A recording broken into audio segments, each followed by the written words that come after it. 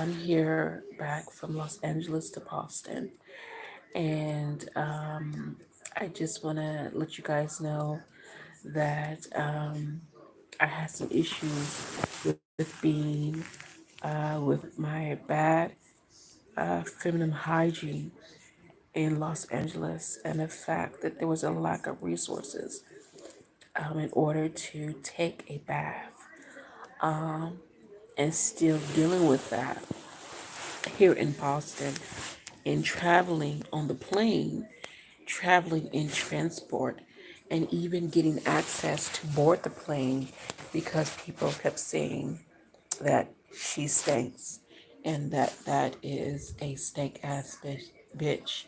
That bitch stank. And I had two issues with board plane because people kept talking about my bad feminine hygiene problem. And so I know there are a lot of women out there, especially with the ICE raids that are going on, and the them rounding up immigrant raids here in the city of Boston, and taking away Haitian and Mexican families, and so I'm dealing with that as well as, of course, dealing with Trump's policies on how he feels about Puerto Rico and and Cuba, and the fact that he doesn't support immigrant policies. He's trying to take away the birthright citizenship, and so I do understand that a lot of people think, well, we're just going to drain the swamp. We're just going to drain the swamp of immigrants, and that's not actually going to help anything. I do understand taking away criminals, and there have been people that have come into our country only to do crime, but we need to be unified during this time. And right now, somebody like myself,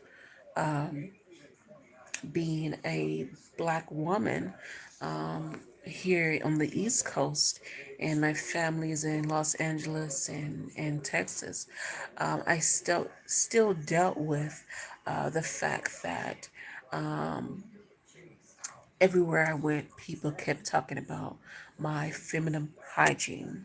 And so I did not appreciate that traveling alone, traveling, on board a plane or wherever it was, I still had issues with that and not being able to bathe and traveling, you know, transit with 24-hour layovers, with three layovers just to deal with the fact that that I have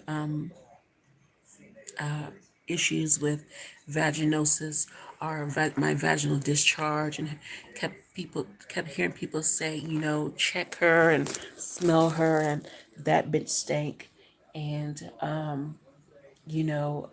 not having access to bathing facilities, and dealing with a place like the airport, or even in a shelter, or even where I was staying at in a rooming house.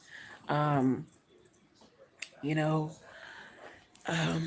it hurt, being a black woman, and in that type of environment. And so, what you want? What you want?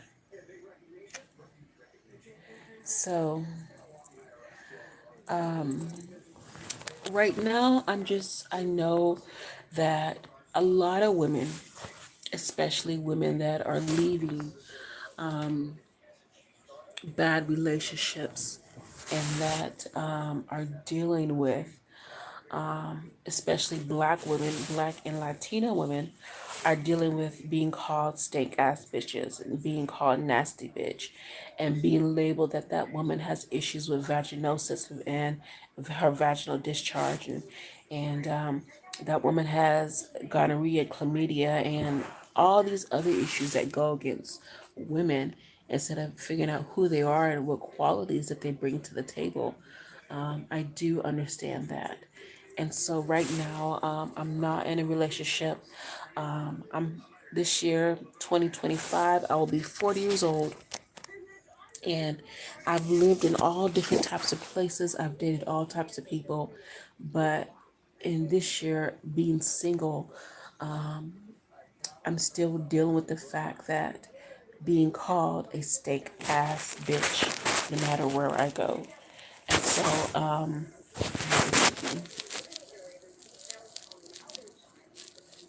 TT. And so I'm not trying to hide away from the fact that a lot of people like myself don't have access to soap and clean running water. I'm not trying to hide the fact that even with immigrants and Trump saying we're in the swamp of all immigrants and their diseases that they bring to the United States, I'm not trying to hide away from the fact that a lot of people, like for me, for personally for myself, you know, I've lived in Boston for 6 years, okay? And I've only seen an OBGYN once or twice in my 6 or 7 years living in Boston, okay? I've only seen an OBGYN once or twice. And you can understand how the city is still very conservative. You think it's a liberal city, but it's not. You think it supports women's rights, but it's not. I'm not talking about Black Lives Matter. I'm not talking about police brutality. I'm talking about women's health, okay? Which is so very vital because her mayor just had her third child, and she was still forced to work the job up until her ninth month of pregnancy. And she didn't have anybody to come here and cover her, Michelle Wu. And so, as well as, of course, with dealing with my own family issues. My cousin had her own issues with infertility, and I had my own personal issues with domestic violence. And of course, now in my 40s, I'm having to deal with infertility. And so, I don't want to put this issue out on anybody. You know, I don't want to. I don't want to have to come out there and say, I, LaQueen, have a vaginal infection. Please bear with me these next couple days. And when I left Boston, I just want to get rid of all the negative energy, and I got, I wanted to volunteer to help out LA, and I just got fired. I got suspended from my jobs, and I'm just kind of like, what's going on? And so let me just get out of Boston and try to do what I can. And so I'm glad that I was actually able to go out there to the city, to LA, and to help out organizations like 930 LA. And I went to Pasadena, and I could see that the city is very much still full of Mexicans and whites and blacks, and a lot of that is in LA. But still, a woman like myself has to deal with that issue where you're forced to survive and live on the street. And when you're forced to survive and live on the street, whether you're in a shelter, whether you're in a rooming house or a transitional shelter or a transitional facility, whether you're in an evacuation site, wherever you are, as a woman, you have to, whether you're female, a transitional woman, or whatever it is, you still have to protect yourself and take take care of your personal hygiene. And so, you know, um, I'm not Muslim, and I'm not Jehovah Witness. Um, I'm not any of that. I'm just who I am, and I'm a Christian, and I really would respect the fact that if you say that I have bad feminine hygiene, or if you say that I have a bad scent, come to me in person and talk to me and face me in person. Um, as well as, of course, a lot of women, a lot of people of low income and background, especially in places like Harvard University, have to deal with their caste and what is their caste. And I don't know what my caste is, but um, or what I'm forced to survive and have to deal with and have to suffer with. But I've dated all types of people, regardless of my background or my status or how much money they have. I've still dated people. And right now, I'm just not interested in what's being presented to me. And so a lot of it is just off the street, word of mouth. And I'm really sick and tired of the games. And so I'm really sick and tired of the games. I've just left a really bad relationship and his organization, and I'm leaving, going through issues where job after job after job, and then on top of that, not being able to travel because I have bad feminine hygiene problems. Not because of COVID, but because I have bad feminine hygiene problems. Because I have a vaginal infection and we don't want to stay in the sheets. I mean, it's really bad. And it's been like this all my life because I was raised by my father. I wasn't raised by my grandmother. I wasn't raised by my aunts. I was raised by a single dad trying to do the very best he could to take care of his family.